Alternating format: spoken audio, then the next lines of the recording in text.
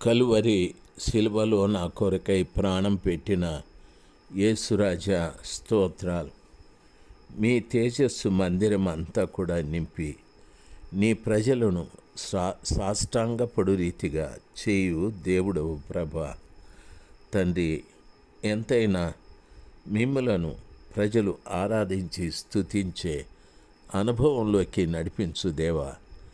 ఈ ఉదయకాలం వాక్యం వింటున్న ప్రతి బిడ్డను ఆ రీతిగానే మార్చండి తండ్రి. ప్రతి బిడ్డ కూడా నీ పాదాల చెంత నిరుత్తరులమని ఎరిగి మీరిచ్చే ఆ కృపతో నింపబడి వెలుటకు జీవించుటకు సహాయం చేయి. సమస్త ఘనత మహిమలు మీకే యేసు ప్రభుల వారి నామంలో ప్రార్థిస్తున్నాను తండ్రి. Amen, amen. జూలై మాసం 25వ తారీఖు 2025 శుక్రవారం. ప్రియులారా, గమనించాలి. 2వ దినవృత్తాంతాల గ్రంథము 7:4 వచనం. రాజును జనులందరూ యెహోవా ఎదుట బలులు అర్పించిరి. రాజైన సొలొమోను 22,000 పశువులను 120,000 గొర్రెలను బలులుగా అర్పించాడు. ప్రభు ఎంత గొప్ప దేవుడు!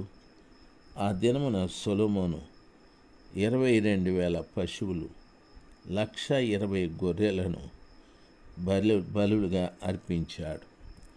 యాజకులు తమ తమ సేవా ధర్మములలో నిలుచుండగా లేవీయులు యెహోవా కృప నిరంతరము నిలుచుచున్నదని వారి చేత ఆయనను స్తుతించుటకై రాజైన దావీదు కల్పించిన యెహోవా గీతములను పాడుచు వాయిద్యములను వాయించుచు నిలుచుచుండగాను యాజకులు వారికి ఎదురుగా నిలిచి బూరలు ఊదుచుండగను ఇశ్రాయేలీయులందరూ నిలిచి ఉండగను రాజును జనులందరూ కూడి దేవుని మందిరమును ప్రతిష్ఠించిరి.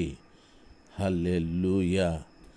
దేవుని మందిర ప్రతిష్టకు బలులు అర్పించారు. అక్కడ యాజకులు వారి వారి సేవా ధర్మములలో నిలిచి ఉన్నారు. లేవీయులు యెహోవా కృప నిరంతరముండునని దావీదు గారు ఏర్పాటు చేసినటువంటి గీతాలు పాడుతూ స్తుతిస్తూ ఉన్నారు. యాజకులు వారికి ఎదురుగా నిలబడి బూరలు ఊదుతూ ఉన్నారు. ప్రియులారా, జనులందరూ కూడి దేవుని మందిరమును ప్రతిష్ఠించారు.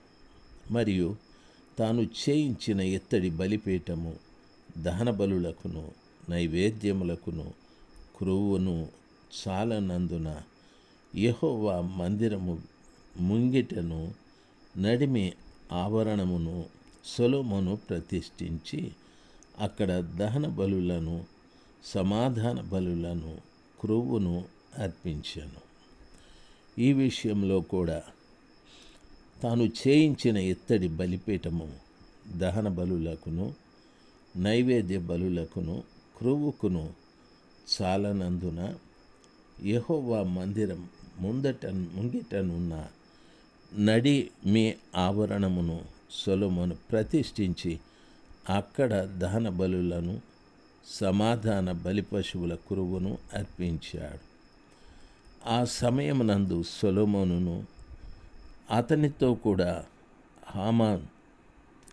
హమాతునకు పోవు మార్గము మొదలుకొని ఐగుప్తు నది వరకునున్న దేశంలో నుండి బహు గొప్ప జన సమూహముగా కూడి వచ్చిన ఇశ్రాయేలీయులు అందరూ 7 దినములు పండుగ ఆచరించి 8వ నాడు పండుగ ముగించిరి. 7 దినములు బలిపీఠమును ప్రతిష్ఠ చేయుచు 7 దినములు పండుగ ఆచరించిరి. వింటున్న దైవ జనాంగమా, అనేక మంది ప్రజలు సమూహంగా కూడి వచ్చారు. బలులు అర్పించి 7 రోజులు పండుగను ఆచరించారు. ఈ విషయము గమనించాలి. దేవుని వాక్యము సెలవిచ్చిన రీతిగా దేవుని యొక్క మందిరంలో తేజస్సు నిండాది. ప్రజలందరూ సాష్టాంగపడి నమస్కారము చేశారు. తరువాత ఆయనను ఆరాధించి స్తుతించారు. ఈ 22,000 పశువులను, 1,20,000 గొర్రెలను దహన బలిగా సొలొమోను అర్పించాడు. తరువాత మందిరంలో సేవా ధర్మములను లేవీయులు జరిగించారు. ప్రియులారా, దేవుని యొక్క కృప నిరంతరముండునని లేవీయులు పాడుతూ వచ్చారు. ఇవి దావీదు కల్పించిన గీతములు, వాయిద్యములు కూడా. వారు యాజకులు బూరలు ఊదుతూ ఉన్నారు. ఆ తరువాత జనులందరూ కూడి ఆ మందిరాన్ని ప్రతిష్ఠించిన తరువాత ఆయన చేయించిన ఇత్తడి బలిపీఠము దహన బలులకు, నైవేద్యమునకు, కృవుకు చాలలేదు. యెహోవా మందిరము ముగించినందున నడిమి ఆవరణమును సొలొమోను ప్రతిష్ఠించాడు. దహన బలులను, సమాధాన బలిపశువుల కురువును అక్కడ అర్పించాడు. ఆ సమయమందు సొలొమోను అతనితో కూడా హామాతుకు పోవు మార్గంలో ఎంతోమంది ప్రజలు, బహుగా గొప్ప జనసమూహము కూడి వచ్చి ఇశ్రాయేలీలందరూ 7 దినముల పండగని ఆచరించి, తరువాత 7 దినములు బలిపీఠము ప్రతిష్ఠ చేయుచు 7 దినముల పండగని ఆచరించారు. వింటున్న దైవ జనాంగమ, 7వ నెల 23వ దినమందు దావీదునకును సొలొమోనుకును తన జనులైన ఇశ్రాయేలీలందరూ యెహోవా చేసిన మేలుల విషయమై సంతోషించుచు మనోత్సాహము నొందుచు ఎవరి గుడారములకు వారు వెళ్ళునట్లు అతడు జనులకు సెలవిచ్చి వారిని పంపెను అని వాక్యము సెలవిస్తుంది. ఈ విషయాన్ని గమనించాలి. ప్రియులారా, 7వ నెల 23వ దినమందు ప్రజలందరూ కూడా దావీదుకి, సొలొమోనుకి దేవుడు చేసినటువంటి కార్యముల విషయమై వారు మనోత్సాహం నొందుచు మనస్సులో చాలా సంతోషాన్ని పొందుతూ వారు యెహోవా మందిరమును, రాజునగరును కట్టించిన యెహోవా మందిరము తన నగరునందు చేయించుటకు ఆలోచనదంతయు ఏ లోపము లేకుండా నెరవేర్చిన పని ముగించాడు. యెహోవా రాత్రి యందు సొలొమోనునకు ప్రత్యక్షమై ఇలాగూ సెలవిచ్చాడు. నేను నీ విన్నపములు అంగీకరించి ఈ స్థలము నాకు బలులు అర్పించు మందిరముగా కోరుకొంటిని.